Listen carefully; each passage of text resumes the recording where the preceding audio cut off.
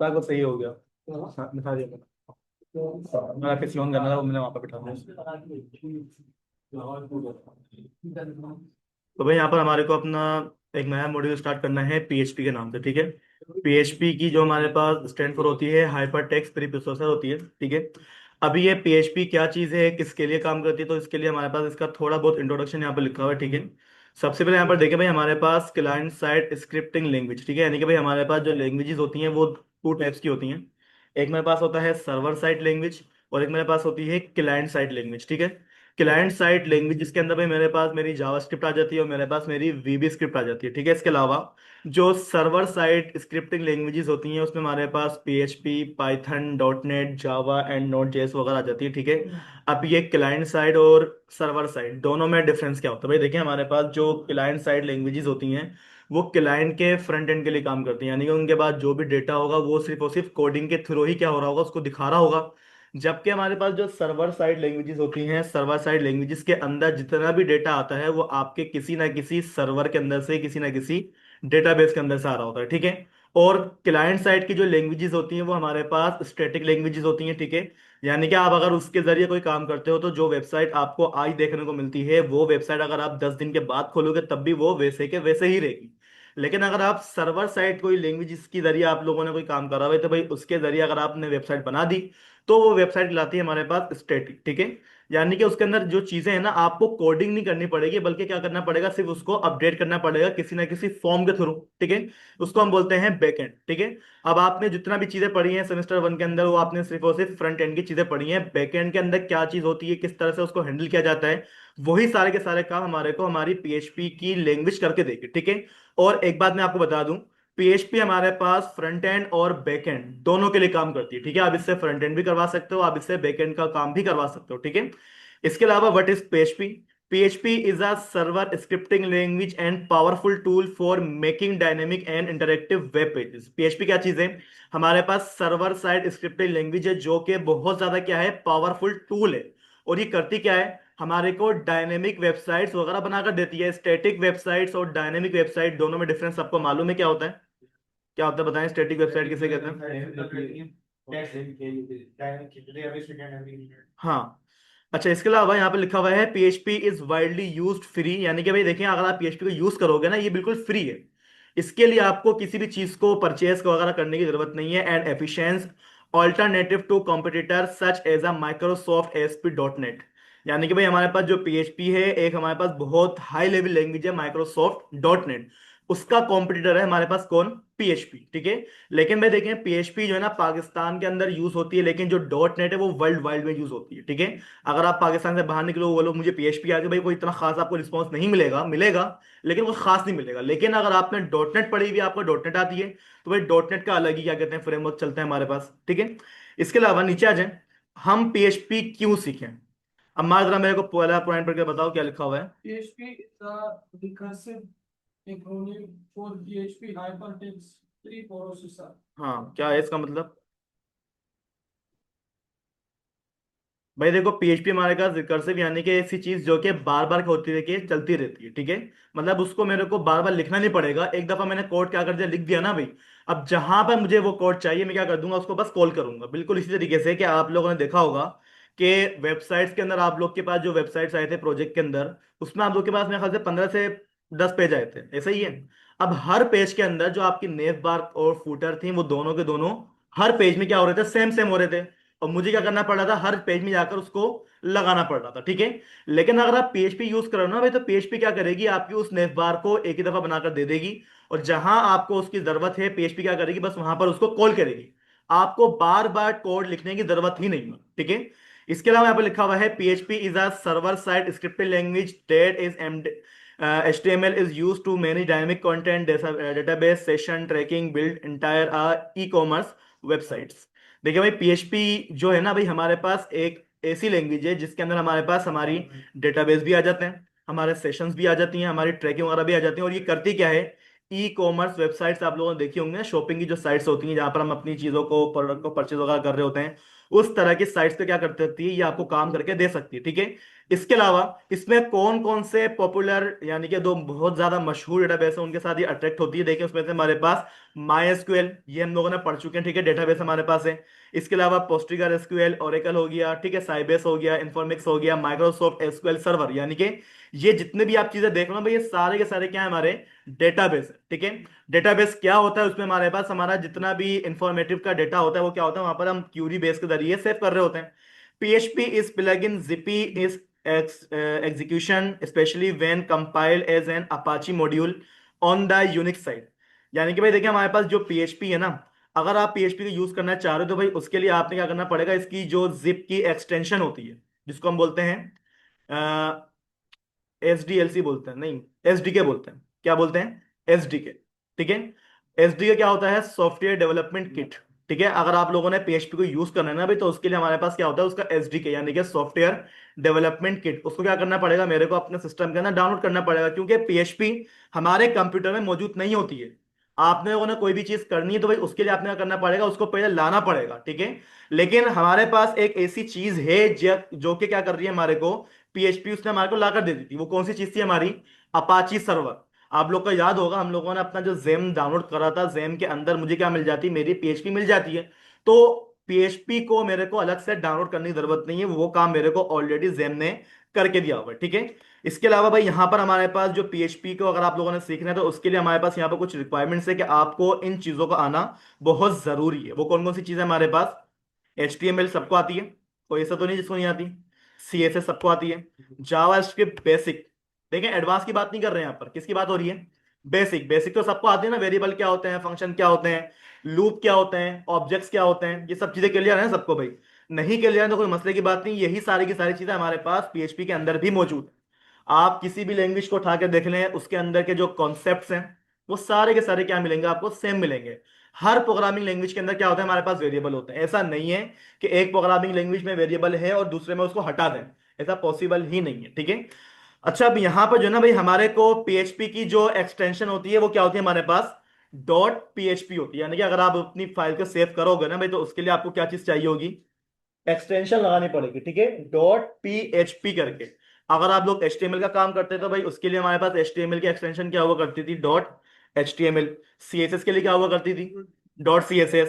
JavaScript के लिए क्या हुआ करती थी हमारे पास, .js। यानी कि भाई आप जो काम करोगे उसकी एक्सटेंशन लाजमी होती है। आप लोगों ने वर्ड में फाइल वगैरह बनाई थी, वर्ड की भी तो कोई ना कोई एक्सटेंशन होगी, .docx, डॉक्स, ठीक है ना। अब PHP का काम करना कहां पर है भाई, देखें सबसे इंपॉर्टेंट पॉइंट, कि अगर आप लोगों ने किसी भी PHP का प्रोजेक्ट क्रिएट करना है ना भाई, तो उसके लिए पहली शर्त तो ये कि आप अपने कंप्यूटर में कहीं पर भी नहीं बना सकते।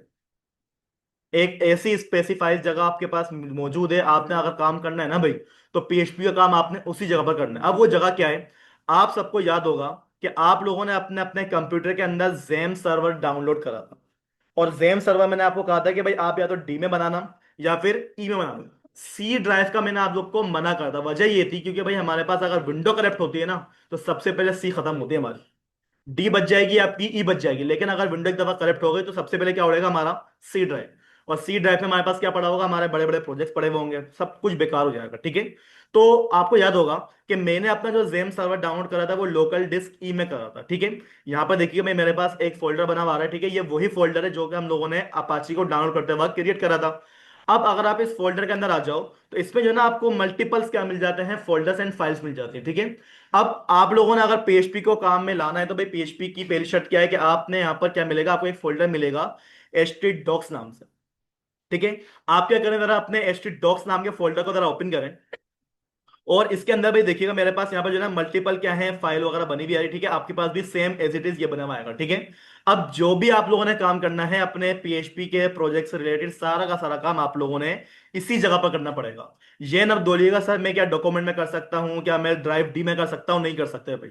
जितना भी काम होगा कहां पर होगा, आपके पास htdoc के फोल्डर के अंदर होगा। और ये फोल्डर मुझे मिलेगा कहां से, जैम का जो फोल्डर है उसके अंदर आप आओगे तो उसी के अंदर आपको क्या मिल जाता है, आपका htdoc का फोल्डर मिल जाता है। अब मैं क्या करता हूं कि यहां पर आकर सबसे पहले अपना कोई एक प्रोजेक्ट में क्या कर लूंगा, क्रिएट कर लूंगा, ठीक है। तो कंट्रोल Shift N क्या काम करता है, हमारे पास एक न्यू फोल्डर क्रिएट करके दे देता है। इस फोल्डर का मैं नाम क्या रखवा लूंगा, AI-2506T1। ये आपके पास आपका बेच कोड है, ये बात तो सबको मालूम है ना भाई, आपके बेच कोड का मतलब क्या है, ठीक है। अब मुझे करना क्या है, इसको मेरे को अपने वीएस कोड में ओपन करवाना है। तो भाई आप एक काम ये करें कि यहां पर आ जाएं, ठीक है। और यहां पर आके आपने क्या लिख देना है, कोड और डॉट डाल के स्लैश लगा देगा, ठीक है, एंटर कर देंगे। तो भाई आपके पास जो है ना वो बोलते हैं भाई आपने यहाँ पर ओपन क्या करना है, मैं बोल देता हूँ भाई मेरा वीएस कोड ओपन करके दिखा दो, ठीक है। अब जैसे ही आपके पास आपका वीएस कोड ओपन होगा तो भाई यहाँ पर जो है ना हमारे पास बाय डिफॉल्ट क्या हो जाएगा, हमारा कोई ना कोई फोल्डर यहाँ पर ओपन हो जाना चाहिए। अब फोल्डर ओपन करने के लिए भाई आपने क्या करना है, फाइल के ऊपर क्लिक करना है और ओपन फोल्डर के ऊपर आपने क्लिक करेंगे, ठीक है। अब जरा मुझे बताइएगा भाई मेरे को जो फोल्डर ओपन करना है वो कौन सा वाला करना है। जेम के अंदर जो अभी अभी मैंने फोल्डर क्रिएट करा है, ठीक है। तो आपने क्या करना है, अगर आपने ड्राइव के अंदर चले जाएं, मेरा जो जेम पड़ा हुआ है वो लोकल डिस्क ई में पड़ा हुआ था। ई के अंदर मेरे पास जेम नाम का फोल्डर है। जेम नाम के फोल्डर के अंदर मेरे को क्या मिल जाता है, मेरा एच टी डॉक का फोल्डर मिल जाता है, ठीक है। इसमें से वो कौन सा फोल्डर है जो कि मैंने अभी अभी क्रिएट करा था, ये फर्स्ट वाला, ठीक है। आपने क्या करना है, इसको सिलेक्ट कर लेना है और सिलेक्ट करने के बाद आपका जो भी फोल्डर होगा आपके वीएस कोड के ऊपर ओपन हो जाएगा, ठीक है। अब करना क्या है भाई, सबसे पहले आप लोग क्या करो, यहां पर अपनी कोई ना कोई फाइल क्रिएट कर लो। जैसे कि मैं यहाँ करता हूँ, इसके ऊपर क्लिक करूंगा और हमारे पास क्या आ जाएगी, हमारी फाइल का कोई ना कोई नाम आ जाएगा। जैसे कि यहाँ पर मैंने काम क्या बोल दिया है, FIRST फर्स्ट डॉट PHP, ठीक है। ये PHP में फिर बता दूं आपके पास क्या हो रही है, आपकी एक्सटेंशन हो रही है, ठीक है। अब जब आप लोगों ने यहाँ पर PHP लिख दिया ना भाई, तो एक दफा जरा आप अपने ब्राउजर के अंदर आए, जरा फाइल एक्सप्लोरर के अंदर, तो यहाँ पर देखिए भाई आपके पास क्या बन गई है, आपकी एक फर्स्ट डॉट PHP नाम से फाइल बन गई है। लेकिन इस फाइल के ऊपर ब्राउजर का साइन बना हुआ नहीं आ रहा। क्या ये फाइल हमारे ब्राउजर के ऊपर रन नहीं होगी, भाई होगी। लेकिन अगर आप इसको डायरेक्टली रन करवा दोगे तो वो क्या कर देगा, आपको मना कर देगा, ठीक है। PHP की फाइल्स आपको डायरेक्टली ओपन नहीं करके दे सकते, बल्कि उसके लिए आप क्या करो, या तो डोमेन परचेस करो या फिर आप क्या करो, कोई लोकल सर्वर ओपन करवा लो। अब लोकल सर्वर मेरे पास ऑलरेडी मौजूद है। आपने सबसे पहले काम क्या करना है कि अपने अपने सिस्टम के अंदर जाकर जेम नाम का जो सर्वर है ना भाई, ये क्या करता है, हमारे को हमारे कंप्यूटर के अंदर एक लोकल सर्वर प्रोवाइड कर देता है, ठीक है। आपने क्या करना है, इसको जरा ओपन कर लें। ओपन करने के बाद सबसे पहले आप लोगों ने अपने अपाची को स्टार्ट करवा लेना है। अपाची स्टार्ट करने के बाद आप लोगों ने अपने माई एसक्यूएल को भी क्या कर लेना है, स्टार्ट कर लेना, ठीक है। बस ये दोनों चीजें आपने क्या करनी है, स्टार्ट करनी है। स्टार्ट करने के बाद अब आपने क्या करना है, इस वाली फाइल को एक्सेस करना है, ठीक है। तो फाइल को एक्सेस करने के लिए आप जरा अपने ब्राउजर के ऊपर आ जाएं और यहां पर आने के बाद आप लोगों ने क्या लिखना होता है, यहाँ पर LOCAL, local, HOST, local host, ठीक है। लोकल होस्ट लिखने के बाद आप लोगों ने क्या करना है, स्लैश। अब आप अपने उस फोल्डर का नाम बताओ जो फोल्डर आपके पास आपके HT डॉक के अंदर रखा हुआ है। क्या है हमारे पास, AI-2506T1, ये वो फोल्डर है। क्या, मैंने पहले भी क्या कहते हैं काफी सारे इसमें बनाए हुए ना प्रोजेक्ट, इसलिए मेरे पास आ रहे थे। आपके पास शुरू शुरू में नहीं आएगा, मतलब आप जब 5 से 6 दफा इसको एक्सेस करोगे ना, आपके पास ये अपना आप आना शुरू हो जाएगा, ठीक है। कोई मैंने एक्सटेंशन डाउनलोड नहीं करी हुई इसकी। अब यहाँ पे देखिएगा भाई, लोकल होस्ट स्लैश, स्लैश लिखने के बाद आप अपने उस फोल्डर का नाम लिखेंगे जो फोल्डर आप लोगों ने HT डॉक के अंदर बनाया होगा, ठीक है। मैंने जैसे कि अगर एंटर करा, एंटर करते के साथ ही यहाँ पर देखिए भाई मेरे पास मेरी रूट फाइल क्या हो जाती है, ओपन हो जाती है। अब यहाँ पर देखिए भाई हमारे पास क्या है, हमारा एक फाइल बनी हुई है फर्स्ट डॉट PHP के नाम से। कब बनाई थी उसको मैंने, इस टाइम बनाई थी। उस फाइल का साइज कितना है वो भी हमारे पास यहाँ पर देखें लिखा हुआ है, ठीक है। और आपके पास अपाची यानी कि आपके पास जो भी PHP का वर्जन है वो कौन सा यूज कर रहा है, हमारे पास 8.2 वाला यूज कर रहा है, ठीक है। अब आप लोगों ने करना क्या है, इस वाली फाइल के ऊपर जरा क्लिक करें। ये फाइल क्या हो जाती है आपके पास, आपके ब्राउजर्स के ऊपर रन हो जाती है। ये तरीका होता है PHP की फाइल्स को एक्सेस करने का। यहां पर कोई मसला है किसी को, कोई सवाल, क्लियर है चीजें, ठीक है।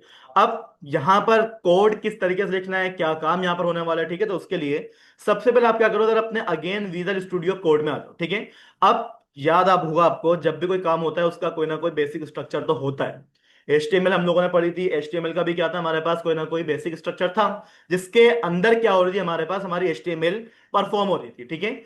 अब यहां पर PHP का काम करने के लिए भाई सबसे पहले आप लोगों ने अपना लेसन का साइन डालना है, क्वेश्चन मार्क डालना है, PHP लिखेंगे, क्वेश्चन मार्क डालेंगे और ग्रेटर देन का साइन करके इसको क्लोज कर देंगे। ये हमारे पास क्या है, हमारा बेसिक सेंटेक्स है PHP को काम में लाने के लिए, ठीक है।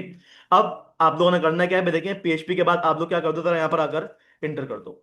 आप लोगों ने जितना भी काम करना है ना भाई, अपने इस वाले कोड के अंदर करना है। यानी कि PHP का अगर आपने एक वर्ड भी लिखना है ना भाई, वो कब लिखना है आप लोगों ने, इसी कोड के अंदर। अगर आप बाहर जाकर उसको एक्सेस करोगे तो भी काम नहीं करेगा वो आपका, जहां पर भी काम होगा वो हमेशा इसी वाली लाइन के अंदर होगा, ठीक है। फिर बता दूं क्या करना है आप लोगों ने, सबसे पहले आप लोगों ने क्या कर लेना है, लेजेंड का साइन, क्वेश्चन मार्क, पीएचपी लिखेंगे, क्वेश्चन मार्क और ग्रेटर देन का साइन। आप लोगों ने पीएचपी के बाद क्या कर लेना है, एंटर कर लेना है, और जो भी काम करोगे आप अपने क्वेश्चन मार्क के साइन से पहले पहले और पीएचपी के साइन के बाद करोगे, ठीक है। अब याद होगा कि जावास्क्रिप्ट के अंदर अगर मैं कुछ चीज लिखता था तो भाई मेरे को प्रिंट करवाने के लिए ऐसी कौन सी स्टेटमेंट लिखी गई थी मेरे पास, जिससे मेरे पास डेटा लिखा हुआ आता था, डॉक्यूमेंट डॉट राइट। यहां पर भी भाई इसी तरीके का कोई ना कोई काम है, लेकिन यहां पर इतनी लंबी वो चीज लिखने की जरूरत नहीं है। आप सिंपल क्या लिख दो, इको लिख दो। क्या लिख दो, इको। इको लिखने के बाद आपने क्या करना है, यहां पर आकर इस तरीके से आपने क्या बोल दिया, माई पीएचपी, ठीक है। अब सिर्फ आपने क्या करा, इको, इको के अंदर क्या लिखा आप लोगों ने, माई पीएचपी। माई पीएचपी लिखने के बाद अगर आप अपने ब्राउजर के ऊपर आओ, उसको एक दफा रिफ्रेश करोगे, तो यहां पर देखिएगा ये वही डेटा लिखा हुआ आ रहा है जो कि मैंने अपने पीएचपी के अंदर लिखा था, ठीक है। इतना आसान होता है पीएचपी में सिर्फ हमारे को प्रिंट करवाने के लिए, ठीक है। यहां पर कोई मसला किसी को? अब करना क्या है भाई, मेरे को यहां पर जो ना एक और लाइन क्या करवानी है, प्रिंट आउट करवानी, ठीक है। तो मैंने क्या करा, नीचे आया मैं, यहां पर मैंने क्या बोल दिया, इको, और इको लिखने के बाद मैंने क्या बोल दिया, सेकंड लाइन। अभी आप यहां पर देखें, मैंने आगे काम करना शुरू भी नहीं करा और मेरे पास अभी से क्या आ गए, एरर आ गए। अब ये एरर क्यों आए, मैंने आपको शायद बताया था, मैंने कहा था कि देखो भाई अभी आपको कोई मसला नहीं होगा, लेकिन आगे जाकर जितनी भी लैंग्वेजेस पढ़ोगे ना, उसमें अगर आप लोगों ने टर्मिनेटर नहीं लगाया तो वो फाइल क्या करती हैं, इश्यू करती हैं, ठीक है। अगर आप अपने ब्राउजर के ऊपर आकर इसको रिफ्रेश भी करोगे ना भाई, तो आपके पास यहाँ पर देखें इस तरीके से क्या आ जाता है, एरर आ जाता है। और एरर कौन सी लाइन के अंदर है वो भी आपको ये बता रहा है, ठीक है। क्या बोल रहा है कि इको के बाद आप लोगों ने कोई अनएक्सपेक्टेड टोकन नहीं लगाया, आपका सिंटैक्स एरर आ रहा है, ठीक है। अब सिंटैक्स एरर क्यों है भाई, देखिए हमारे पास जो एरर्स होते हैं वो थ्री टाइप्स के होते हैं। एक हमारे पास क्या होता है, रन टाइम एरर, एक मेरे पास होता है लॉजिकल एरर, और एक मेरे पास होता है सिंटैक्स एरर, ठीक है। ये थ्री टाइप्स के क्या होते हैं हमारे पास, एरर्स होते हैं, ठीक है। अब सबसे पहले बात करते हैं सिंटैक्स एरर की। भाई देखें सिंटैक्स एरर वो एरर होता है जो कि आप लिखने में कोई मिस्टेक कर दो, कहीं कोमा लगाना था, कहीं कोमा नहीं लगाना था, आपने वो लगाया और कहीं नहीं लगाया, तो इस तरीके की जो मिस्टेक्स होती हैं इनको हम क्या बोलेंगे, हमारा सिंटैक्स एरर बोलेंगे। एक एरर वो होता है कंपाइल टाइम, यानी कि भाई आपके पास आपकी एप्लीकेशन क्या हो गई, रन हो गई, और चलते चलते उसमें क्या आ जाए, हमारे पास एरर आ जाए, ठीक है। और एक हमारे पास होता है लॉजिकल एरर, यानी कि आपकी जो लॉजिक से वही क्या है, गलत लगी हुई है, ठीक है। तो यहां पर मसला क्या है, मसला ये कि बस आप लोगों ने यहां पर आके जब भी कोई लाइन लिखें, इस तरीके से टर्मिनेटर का साइन लास्ट भी लगाना। अगर ये नहीं लगाया ना आप लोगों ने, पहले तो भाई देखें जावास्क्रिप्ट ने हमारे को कोई मसला खड़ा नहीं करा था, लेकिन आगे जितनी भी लैंग्वेजेस हैं हर लैंग्वेज के अंदर ये आपके पास क्या है, कंपलसरी है, ठीक है। अब जैसे ही मेरे पास लाइन लगा दी मैंने, ठीक है, आप यहां पर अगर इसको रिफ्रेश करो, यहां पर देखिए भाई हमारे पास हमारी दोनों के दोनों पॉइंट्स यहां पर लिखे हुए हैं, ठीक है। क्या मेरे पास यहां पर यही चीज एचटीएमएल के अंदर लिखी हुई नहीं आ सकती, भाई बिल्कुल आ सकती है। आप लोगों ने करना क्या होगा, यहां पर आप क्या करते हैं, दोनों के दोनों लाइंस को कमिट कर दें। कमिट करने के बाद आपने क्या करा, यहां पर आकर इको लिखा। इको के अंदर आने के बाद आप लोगों ने क्या बोल देना, यहां पर आकर अपना H1 का टैग ओपन करा आप लोगों ने, और H1 का टैग क्लोज कर दिया। क्लोज करने के बाद आप लोगों ने क्या करा, यहां पर आकर आपने क्या लिख दिया है, दिस इज HTML टेक्स्ट, ठीक है। आपने क्या करना है, अपने जरा ब्राउजर के ऊपर आना है, इसको रिफ्रेश करना है, वही डेटा आपके पास क्या लिखा हुआ है, आपके H1 में लिखा हुआ है, ठीक है। इसमें कोई ऐसा नहीं कि भाई H1 काम ना करे, ठीक है। HTML आपकी काम करती है PHP के साथ।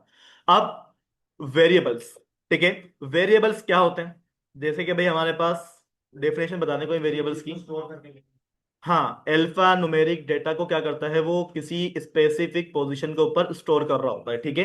अब इसके अंदर वेरिएबल बनाने का तरीका बहुत ही आसान है, ठीक है। वैसे वेरिएबल हम बनाते क्यों हैं, वेरिएबल बनाने की वजह क्या होती है, कोई ऐसी चीज, कोई ऐसा डेटा जो कि मेरे को बार बार क्या करना पड़ रहा है, यूज करना पड़ रहा है, तो उसको हम क्या कर लेते हैं, किसी ऐसी जगह पर स्टोर कर लेते हैं कि भाई वो मेरे पास बार बार लिखने की जरूरत ना पड़े, मैं बस उसको क्या करूं, कॉल कर लूं, ठीक है। अब पीएचपी के अंदर वेरिएबल बनाने का तरीका क्या होता है, डॉलर का साइन, और आपके पास आपके वेरिएबल का नाम आ जाएगा, ठीक है। मैंने क्या बोल दिया, पर्सन, ठीक है।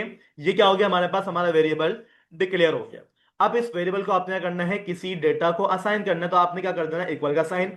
इक्वल का साइन करने के बाद आप यहां पे क्या बोल दोगे, नाम लिख दोगे किसी ना किसी पर्सन, ठीक है। लाजमी आप लोगों ने क्या करना है, यहां पर आकर टर्मिनेटर लगाना है, और फिर आप क्या करोगे, यहां पर आ जाओगे इको। इको करने के बाद आप क्या बोल दोगे भाई, डॉलर क्या चीज है हमारे पास, हमारा पर्सन नाम का वेरिएबल है, ठीक है। आपने अगर ये लिख दी लाइन, ये लाइन लिखने के बाद आप क्या करेंगे, यहां पर आकर इसको रिफ्रेश करेंगे, जो भी चीज आपके वेरिएबल में डिक्लेयर हुई भी होगी वही हमारे पास क्या हो जाएगी, यहां पर इको में शो हो जाएगी, ठीक है। बस ये तरीका होता है हमारे पास हमारे वेरिएबल को बनाने का। इसमें कोई आपको लेट लगाने की जरूरत नहीं है, कोई वेट लगाने की जरूरत नहीं है, सिंपल आप क्या करो, डॉलर, वेरिएबल का नाम और वेरिएबल का डेटा, ठीक है। यहां पर कोई मसला किसी को, चीजें क्लियर है, ठीक है। अच्छा भाई, मेरे को यहाँ पर जो है ना क्या करना है, HTML करनी है। क्या करनी है? HTML, लेकिन PHP के बाहर। ठीक है। अभी मसला क्या हो रहा है कि अगर आप HTML कर रहे हो तो भाई आपको जो है ना यहाँ पर प्रॉपर तरीके से लिखना पड़ रहा है, लेकिन इसमें हमारे को क्या हो रही है, बहुत ज्यादा परेशानी हो रही है। ठीक है, तो एक काम ये करो ना भाई, जरूरी थोड़ी आप यहाँ पर लिखो। आप क्या कर लो, PHP के बाद, बल्कि एक काम ही करता हूँ मैं, इसको क्या करता हूँ, खत्म ही कर देता हूँ। ठीक है। आप अपना जो बेसिक स्ट्रक्चर होता है ना HTML का, वही ओपन करवाओ। ओपन करवाने के बाद आपने क्या करा, यहाँ पर आकर अपना H1 लिखा। H1 में आने के बाद आपने lorem 5 लिखा। पेज पे आपने रिफ्रेश करा, हमारे पास काम हो गया। ठीक है, मतलब ऐसा नहीं है कि आप यहाँ पर PHP के अंदर ही काम करना शुरू कर दो। मैंने आपको क्या बात समझाई थी कि PHP हमारे पास HTML CSS जावास्क्रिप्ट इन सब चीजों को सपोर्ट करती है। और आप यहाँ पर देखें, फाइल्स की बनी हुई थी हमारे पास, PHP की बनी हुई थी, लेकिन जो मैंने काम करा है वो किसका करा हुआ है, वही HTML का करा हुआ है। लेकिन अब आपको मैं ये बोलता हूँ कि भाई मेरे पास जो है ना यहाँ पर जो डेटा है ना वो HTML का तो है, लेकिन वो डेटा बैकएंड से आने वाला है। अब लाजिम बात है, बैकएंड किसको सपोर्ट करती है, PHP को। HTML को बैकएंड सपोर्ट नहीं करता है हमारा। ठीक है। तो मैं चाह रहा हूँ भाई मेरे पास यहाँ पर जो ना एक क्या होगा, H2 होगा। और H2 में आने के बाद मेरे पास क्या लिखा होना चाहिए यहाँ पर, हेलो। ठीक है। और हेलो के बाद मेरा नाम यहाँ पर क्या आना चाहिए, हमारे PHP के अंदर से आना चाहिए। ठीक है। तो आप एक काम ये करोगे, यहाँ पर आ जाओ। यहाँ पर आने के बाद आपने क्या बोल दिया, डॉलर। PHP का कोड आप लोगों ने अगेन ओपन करा। ओपन करने के बाद आपने क्या बोल दिया भाई, एक वेरिएबल क्या कर दो, डिक्लेयर कर दो, किस नाम से, नेम नाम का। और नेम के अंदर आपने क्या कर दिया, अपना खुद का नाम लिखवा दिया। अब आपने क्या करना है, इस वाले वेरिएबल को अपने HTML के अंदर कॉल करना है। ठीक है। तो कॉल करने का तरीका क्या होगा कि आप यहां पर आओगे।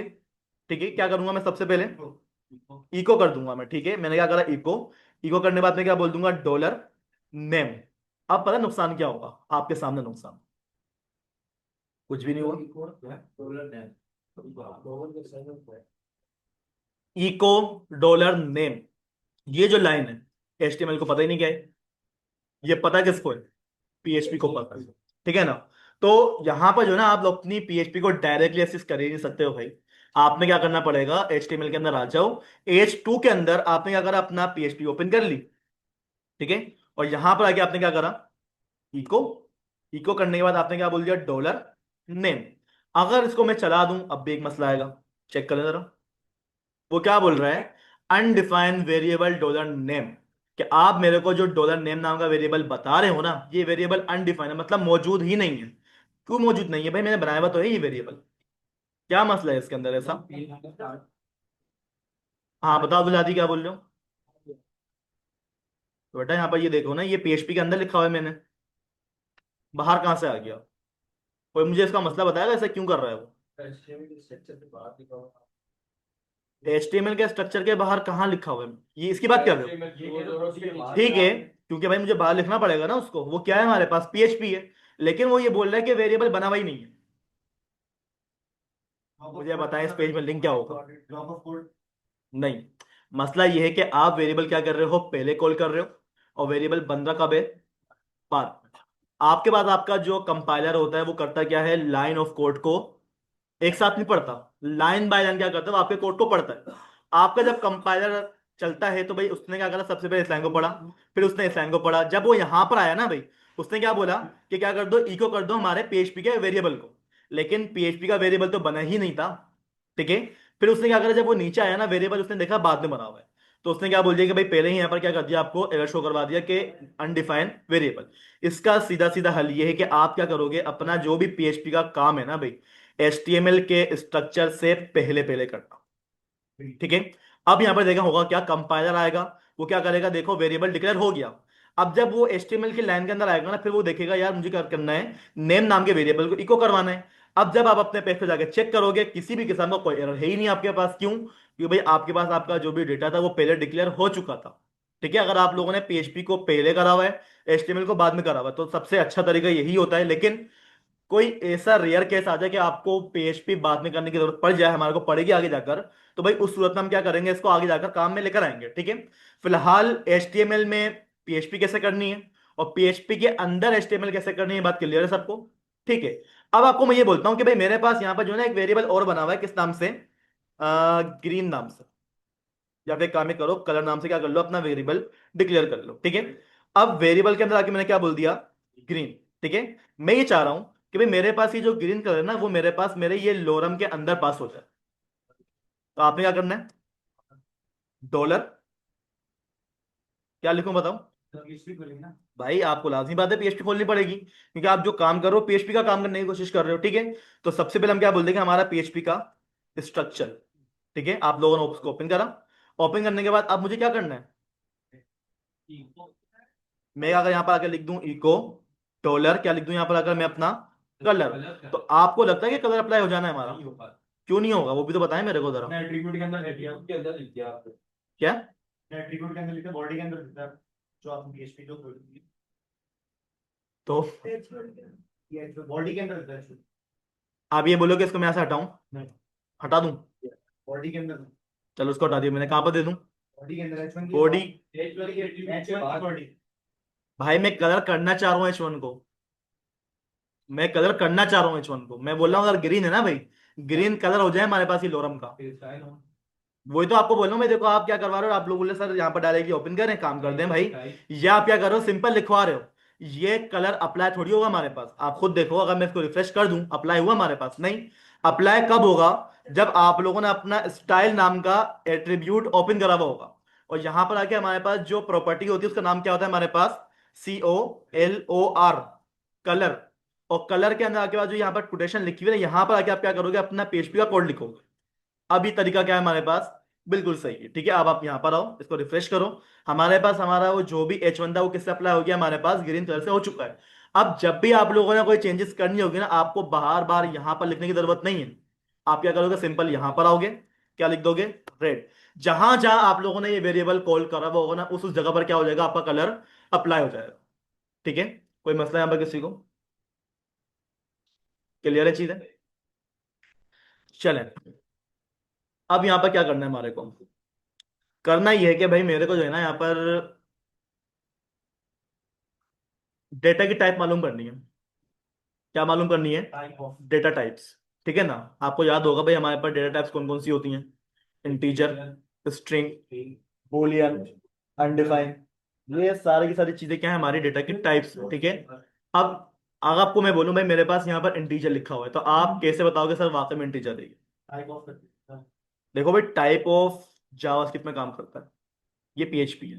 पीएचपी में काम तो होगा, लेकिन तरीकेकार क्या होगा हमारे पास, अलग होगा, उसका सिंटैक्स अलग होगा, ठीक है। काम क्या करना है आपको, मैंने ये बोला। सबसे पहले मुझे ये बताओ कि इंटीजर और स्ट्रिंग दोनों चीजें क्लियर है ना भाई, ठीक है। मेरा एक सवाल है आपसे, यहां पर देखिएगा भाई मेरे पास जो है ना क्या है, कुछ वेरिएबल बने हुए हैं, ठीक है। जैसे कि मैंने क्या बोल दिया, डॉलर नंबर वन नाम का क्या है हमारे पास, हमारा एक वेरिएबल है।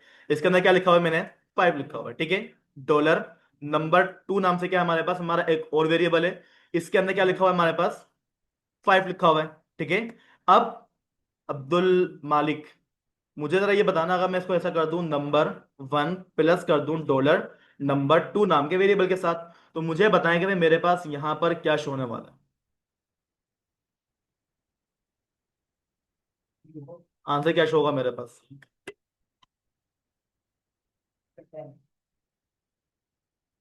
अमर, 10, आयशा, 55 जो 55 बोल रहा है वो क्यों बोल रहा है? कॉन्फिडेंट हो, कॉन्फिडेंट। देखें भाई आपके पास अगर कोटेशन के अंदर किसी भी तरीके की कोई भी चीज लिखी हुई आ जाए, वो अल्फाबेट बन जाती है। क्या बन जाती है वो? अल्फाबेट बन जाती है। यानी कि भाई स्ट्रिंग के अंदर हमारे पास जो डेटा आता है वो क्या आता है, हमारे पास अल्फा न्यूमेरिक डेटा आता है, ठीक है। और स्ट्रिंग की पहचान क्या होती है, कोटेशन, ठीक है। अब मसला ये कि भाई आपके पास ये जो 5 है ना, देखने में तो वो नंबर है, लेकिन इसकी जो टाइप है वो क्या हो चुकी है, अल्फाबेट हो चुकी है, यानी कि वो एक अल्फाबेट बन चुका है, स्ट्रिंग बन चुका है, ठीक है। अब अगर मैं आपको बोलूं कि भाई यहां पर आके जो है ना मेरे पास क्या है, एक वेरिएबल है किस नाम से, टेक्स्ट वन नाम का, ठीक है। उसमें क्या लिखा हुआ है, ए लिखा हुआ है, ठीक है।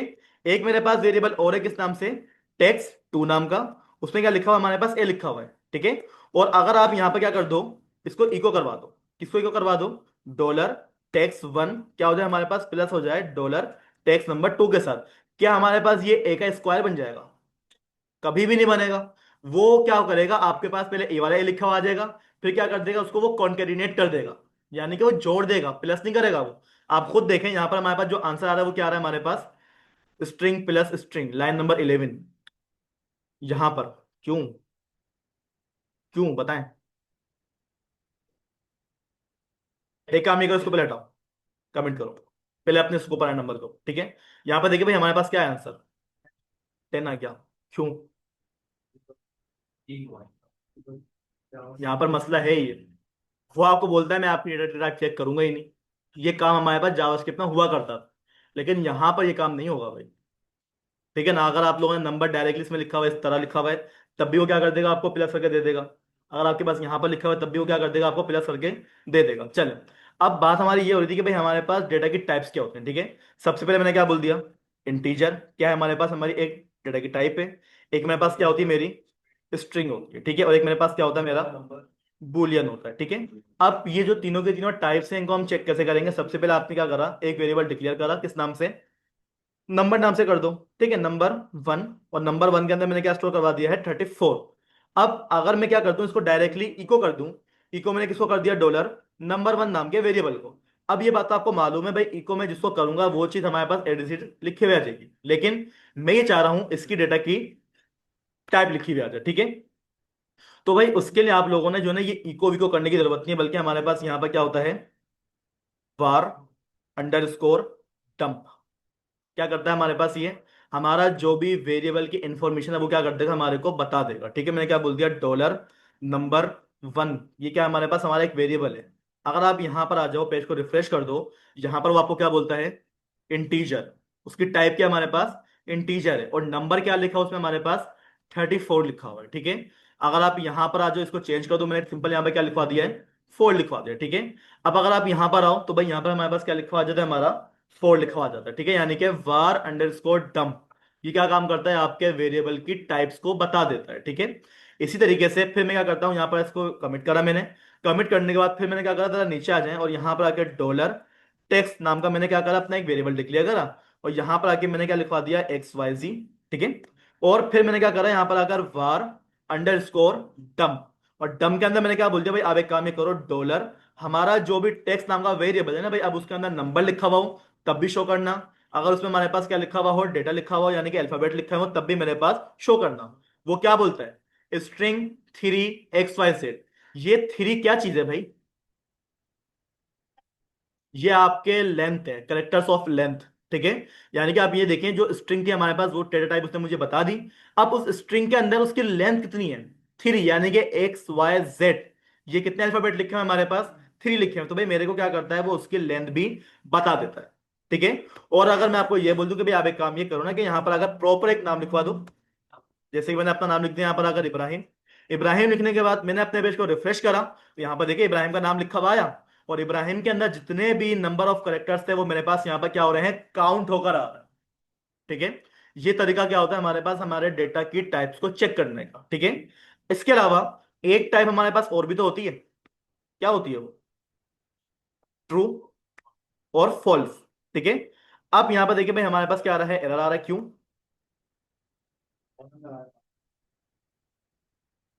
ठीक है। अब यहाँ पे देखिए भाई, जैसे मैंने क्या करा, अपने पेज को रिफ्रेश करा, रिफ्रेश करने के बाद वो क्या बोलते हैं भाई, आपकी जो टाइप है वो क्या है, बुलियन है, और वो क्या है, ट्रू है। लेकिन अब जरा मुझे ये बताना अब्दुल मालिक, अब क्या लिखा हुआ आएगा, अब्दुल मालिक क्या लिखा हुआ आएगा मेरे पास, हम्म, क्या लिखा हुआ आएगा भाई, क्या लिखा हुआ आएगा बताएं, बुल लिखा हुआ आएगा, कोई और बताए भाई, स्ट्रिंग लिखा हुआ आएगा, स्ट्रिंग लिखा हुआ आ रहा है। आपको मैंने क्या बात बोली थी, कि कोटेशन के अंदर आप कुछ भी लिखो ना, वो स्ट्रिंग बन जाता है। कोटेशन के अंदर आपने कुछ भी लिखा, वो क्या बन जाती है, स्ट्रिंग बन जाती है। अब इसका जो नंबर है, अगर आप यहां पर लिख दो 5, 5 देखने में क्या चीज है, इंटीजर है ना, लेकिन अगर आप यहां पर देखो, वो बता आपको इंटीजर है वो, नहीं, वो क्या बोलता है, स्ट्रिंग। लेकिन अगर आप कोटेशन के बगैर लिखा आपने 5, और आपने यहां पर आके इसको चेक करा, वो क्या बोलता है, आपकी दफा वो क्या है, इंटीजर है। तो भाई जो डेटा की टाइप्स होती है ना, वो आपको किसी ना किसी स्पेसिफिक तरीके से लिखनी पड़ती हैं। अब जो इंटीजर्स होते हैं वो विदाउट कोटेशन के लिखे जाते हैं। इंटीजर कभी भी आपके पास सिंगल और डबल कोटेशन में कभी भी लिखा नहीं जाएगा, उसकी शर्त यही है। और जो बुलियन और फॉल्स हमारे पास होता है, तो भाई वो क्या बोलता है, कि आप अगर डायरेक्टली यहां पर लिख दोगे फॉल्स, तो मैं काम करूंगा, अभी मैंने क्या लिखा हुआ है, डायरेक्टली फॉल्स लिखा हुआ है, ठीक है। तो फॉल्स लिखने के बाद आप इसको चेक करो वो क्या बोलता है, बूलियन है। लेकिन अगर इसी फॉल्स को आपने कोटेशन के अंडर डाल दिया, अब ये क्या बन गया हमारा, अल्फाबेट बन गया, यानी कि एक वो वर्ड बन गया हमारे पास फॉल्स नाम का, ठीक है। आप यहाँ पे जाके चेक करें क्या लिखा हुआ है आपके पास, स्ट्रिंग लिखा हुआ है, ठीक है। तो जो डेटा की टाइप्स हैं वो सबको क्लियर है, चीजें क्लियर है, सब कुछ चीजें, ठीक है। मैं आपको 20 मिनट दे रहा हूँ, जितना भी मैंने अभी पढ़ाया ना फिलहाल, इसकी जल्दी से प्रैक्टिस करें, फिर आगे चलते हैं।